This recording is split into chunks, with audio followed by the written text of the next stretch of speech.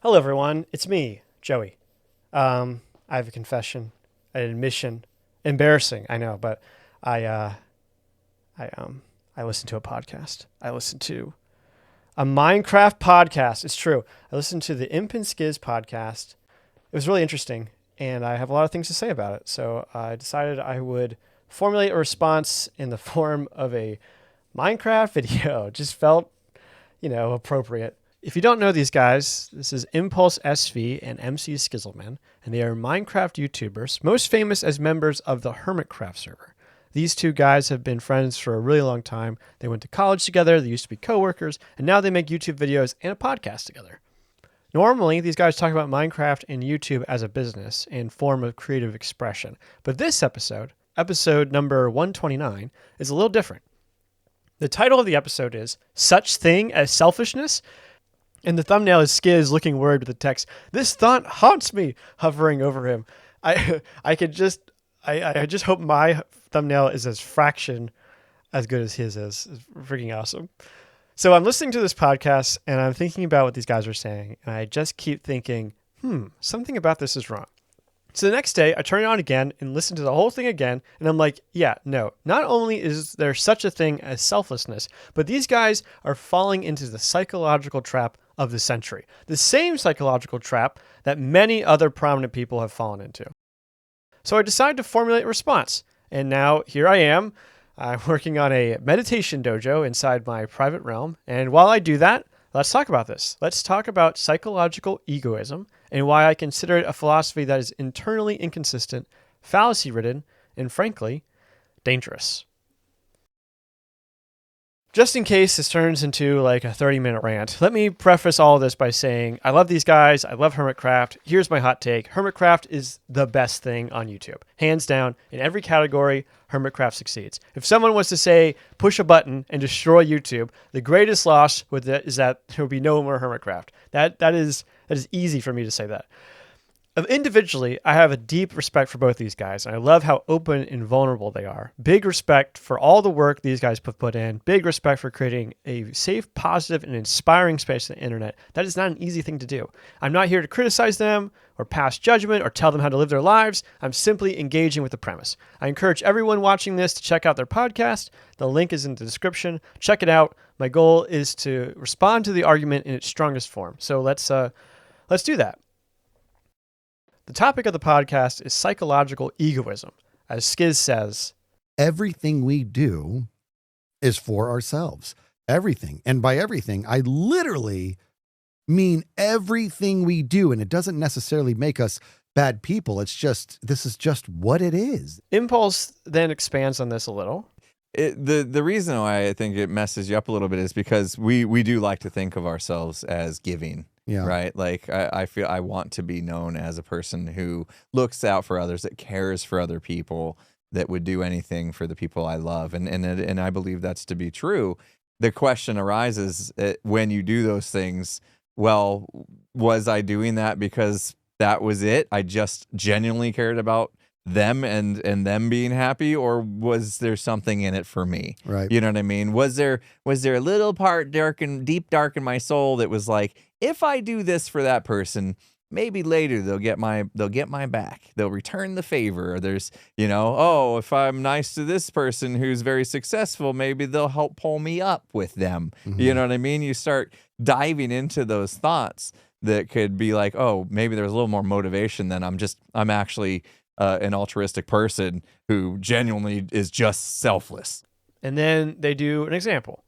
I sat there and I go, okay, I'm going to do this. I'm going to find the selfless act. I'm going to find the most selfless act somebody can do, and you can't say, nope, there's a bit of selfishness still. You ready? Yeah. I came up with it. You see a woman standing in the middle of the road, and you look to the left, and there's a bus coming, full speed ahead, doesn't see her. You run out there.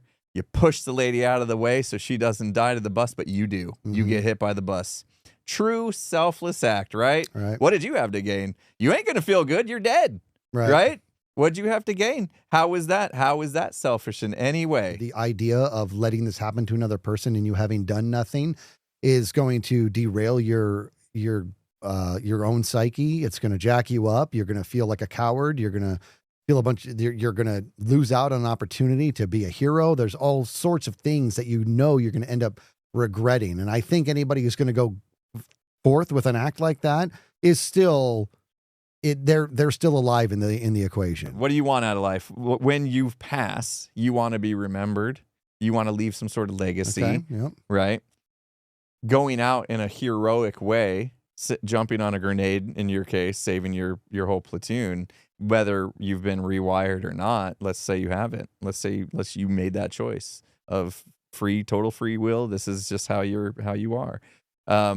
You might know in that moment that if I do this, I'm going to die, but I will be remembered the hero that saved my platoon, and there's my legacy that people will remember me by. So, there is that's when you start to get into those twisted thoughts of, even then, there is a little bit of benefit for you. And Skizz gives his definition of a selfless act. What is a selfless act? It's literally, you have to be something that you do for somebody else or some people, like other people or animals or whatever, where you get zero benefit from it. Zero. Selfless. It does nothing for you. What we're dealing with is two similar but competing definitions of selflessness. Definition 1, an act is selfless when it benefits others. Definition 2, an act is selfless when it benefits others and not yourself. Right? That's the selfless. No, less as in zero. Self-zero is another way of saying this. Let's approach Impulse's example again with these in mind. Someone saves someone else's life and loses theirs in the process. By the first definition, the act is selfless when it benefits others. Yes, this example qualifies. Well done. By the second Skizzy definition, nope, sorry, this one, it is not selfless. Does not pass. What we're focusing on here is semantics. We are arguing about the definition of the word selfless and selfish. At the end of the podcast, they look up the definitions of these words. Who are we going with here? We need to cite our sources. This is Oxford Languages. Oxford, okay. Lacking consideration for others, concerned chiefly with one's own personal profit or pleasure. I bet you it will have something to the terms of with no regard for one's own whatever or something to that with effect. No regard for... Selfless meaning. Let's. I just want to look. But again, they're dude. It literally says selfless is the opposite of selfish. That's not a definition. If you're selfless, you think less about yourself and more about others. You're generous and kind. Being selfless is similar to being altruistic. Another word for giving to others without looking for personal gain. Right. Right. And this is just omitting. That's what I'm saying. We can see the problem right there. Skizz's definition of selfish does not line up with Oxford's definition of selfish. He's looking for that absolute, the idea that no act can be purely selfless because every act contains a seed of selfishness. Well, okay, who is right? It does not actually matter. It doesn't matter at all. Your definition of a specific word can be slightly different than everyone else's. It just means you have to explain yourself more. Semantic arguments do not get to the root of the idea. They're just arguments about what is written in your favorite word-defining book, or, if you like, dictionary. But this insistence on adhering to absolutes is the real fallacy here, and I can show it to you. Let me make the inverse statement and defend it using these same terms. All acts are selfless. That's right. Every single thing you do benefits others, no matter how heinous or pointless. You are benefiting someone with everything you do. Let's say I'm stealing money from people. I am telling them that I will take care of their money, but actually I'm just spending it. How does that benefit others? Okay, well, I plan on giving away all of my money to charity. So in order to maximize the good I will do in the world, I need to be really rich. In fact, because I am going to give my money to charity and other people are less likely to do so, I'm justified in stealing their money so that I can then give it away. One person suffers, but then everyone that is helped by my charity benefits. Okay, let's do another one. Let's say I'm dating a woman and I'm telling her that I love her and that she's my whole world, but actually I'm cheating on her with like 10 other women and telling them all the same exact thing. How can I possibly justify that as benefiting others? Well, I plan on raising children that are good people. The more children I have, the more good people will be in the world. Therefore, I should do whatever I can to ensure I have as many children as possible. That way, they will at least inherit my superior selfless genes and go on to benefit so many other people. Okay, one more. Let's say I am some sort of super rich business guy and I'm covering up safety violations and doing all sorts of shady, corrupt business stuff and threatening people that catch me and then trying to destroy their lives. How does that benefit anyone but me? Well, actually, I should have no restrictions on my rights. I should have the freedom to do anything because of all the people that I'm about to benefit. The few people I may or may not hurt to get ahead, that is so totally worth it because I'm going to have tens of children and hundreds of grandchildren, and each of them is going to have much better lives than any puny mortal that gets in my way today. And of course, my offspring will then go on to conquer the earth. Become custodians of the earth, and frankly, they'll save the world. So I should do whatever I want, and anyone who tries to stop me is actually the selfish one because they believe their life is more important than the lives of the thousands of descendants I'm about to have. Okay, I'm being a little facetious. I'm doing a little mental gymnastics here.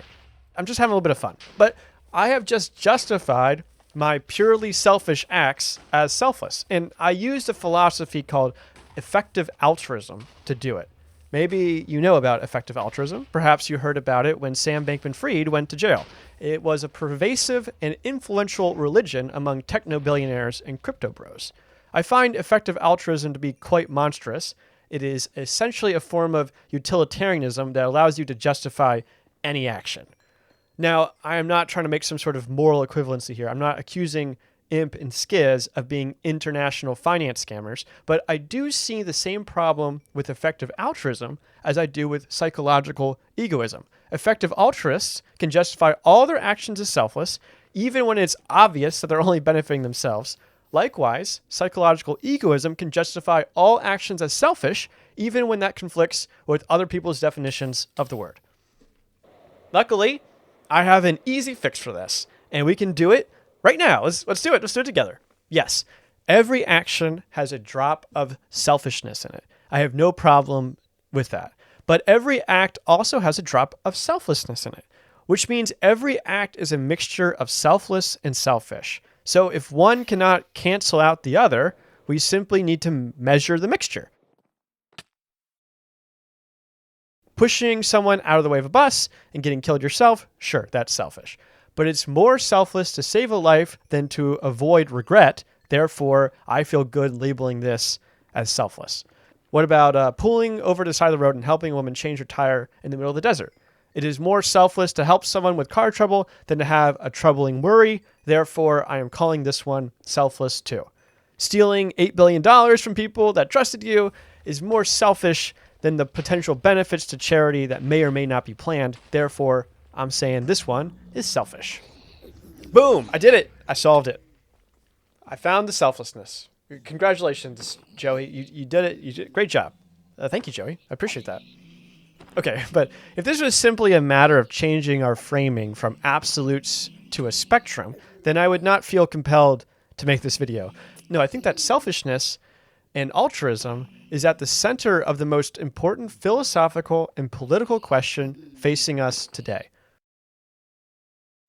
What is that question, you ask? Well, I'm happy to tell you. The question is, what role does individualism, specifically the enrichment and inviolability of the individual, play in our society? Let me say that again, but in a different way. Is individualism a good thing or a bad thing? Besides the semantic arguments already addressed, Impulse and Skizz assert three other things that I would like to discuss. I've arranged these from least charitable to most charitable. Number one, there is no point in being selfless because everything is actually selfish. Okay, so I don't actually think that these fine podcasters really believe this, but it is what's kind of hovering under the surface here. Obviously, this is not true. Altruism is a well-documented survival strategy in the animal kingdom. There is nothing particularly enlightened about the idea that a species that supports one another will survive for longer. Go no further than William Hamilton's inclusive fitness theory for some Darwinian scaffolding for altruism. It's also well documented the effects of loneliness on the human body. Never forget that your mind is part of your body. So if you do not take care of your body, your mind will suffer. If you do not take care of your mind, your body will suffer.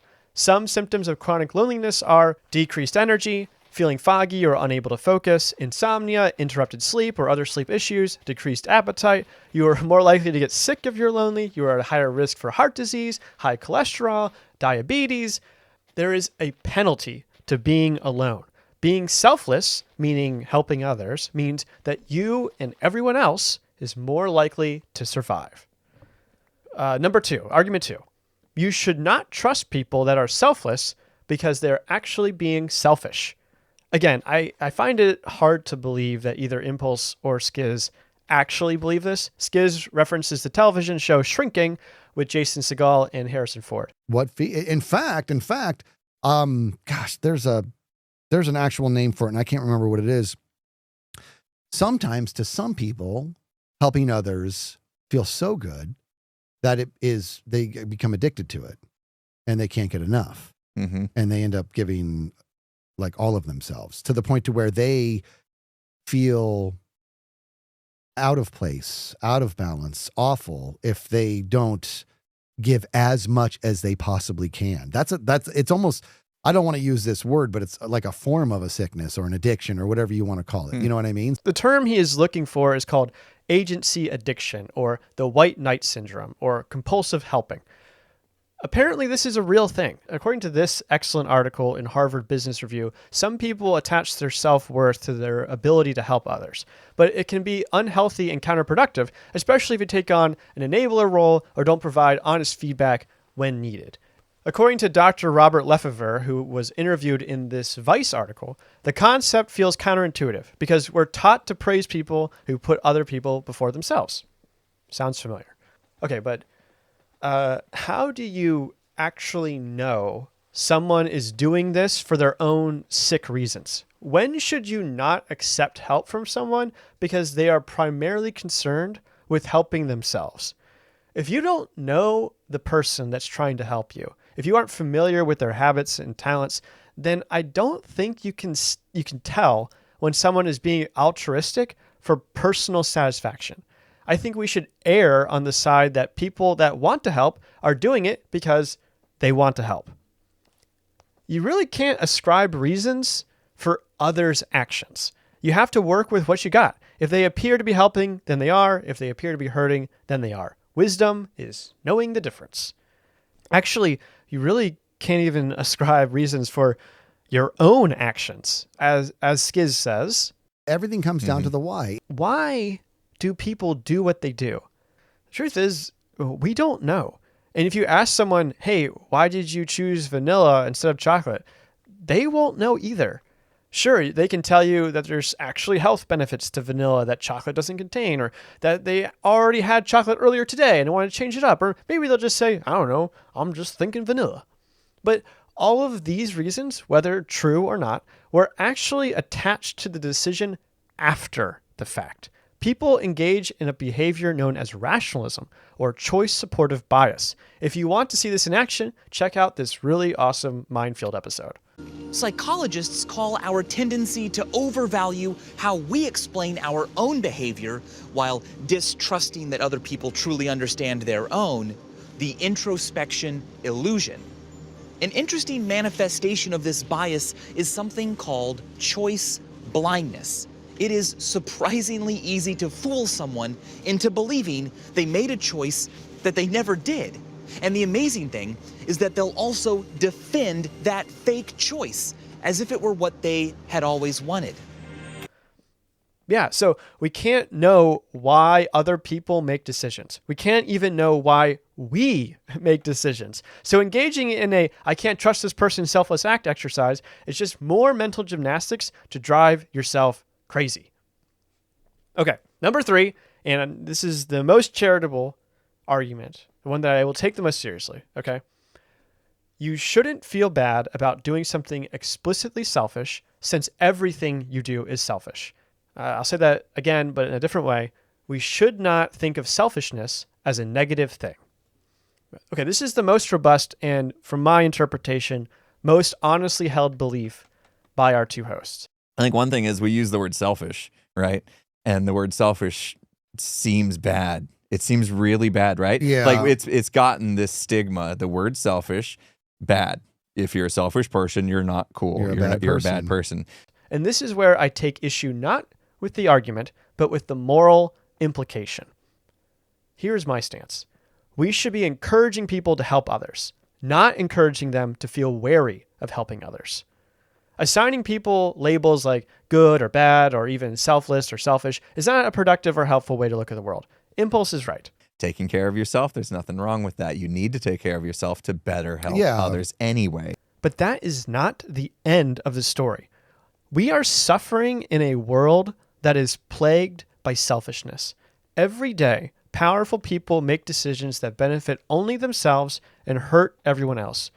We are seeing an increase in wealth inequality. Large financial firms are forcing layoffs in the hundreds of thousands across many American sectors, and the rise of crypto has efficiently routed billions to greedy scammers. Our society has adopted the mindset of screw you while I get mine. The reason for this is very complicated, but I think it's related to the rise of loneliness and atomization. We are encouraged to make our own way without help, to become independent as young as possible. Small business owners are revered for their tenacity and their courage, while people who work in corporate behemoths are seen as drones or cogs. We believe in the great man of history theory and the power of a unique individual to reshape the world. But all of these are myths. The truth is, nobody can do it on their own. And even if you could, why would you want to? We used to be a nation defined by our communities. Now we are a nation defined by individuals. We have lost the ability to organize, to collectivize, to congregate in a public space. Instead, all of that has been replaced by the internet, the anonymous and cruel digital world where you can say something truly horrific to another person and never have to suffer the social consequences, where you can approximate a human connection with a parasocial relationship, where you can jest infinitely and never move from your chair, where someone is always live so your cold, lonely soul can be illuminated by the warm light of a screen. Can't you feel it? Can't you feel that peace missing from your soul? That peace that was once filled with the physical presence of others? That hole that is longing for an uncomfortable moment with a stranger? Because for that instant, they can see you and you are real. That void that calls to be lost in a crowd, not to stand out in it. I feel it because it is a symptom of being alive today. Individualism is not a natural phenomenon. It is being subtly encouraged and rewarded. It is part of the psychological cocktail of lies that is being fed to us by the ruling class. We are suffering from a lack of spiritual connection and tethering to the universe. I think that justifying selfishness is an ingredient in encouraging individualism. Yes, everything we do benefits us, even something that others might call selfless. Yes, it is good to look out for yourself. You will be much better at helping others if you're doing well yourself. But saying selfishness is good or that selfish acts wash away selfless acts is planting a root to discourage altruism altogether. Ask yourself seriously, are we a society that helps too much? Or are we a society that needs help? Instead of focusing on when we should feel guilty, we should be looking for ways to help others.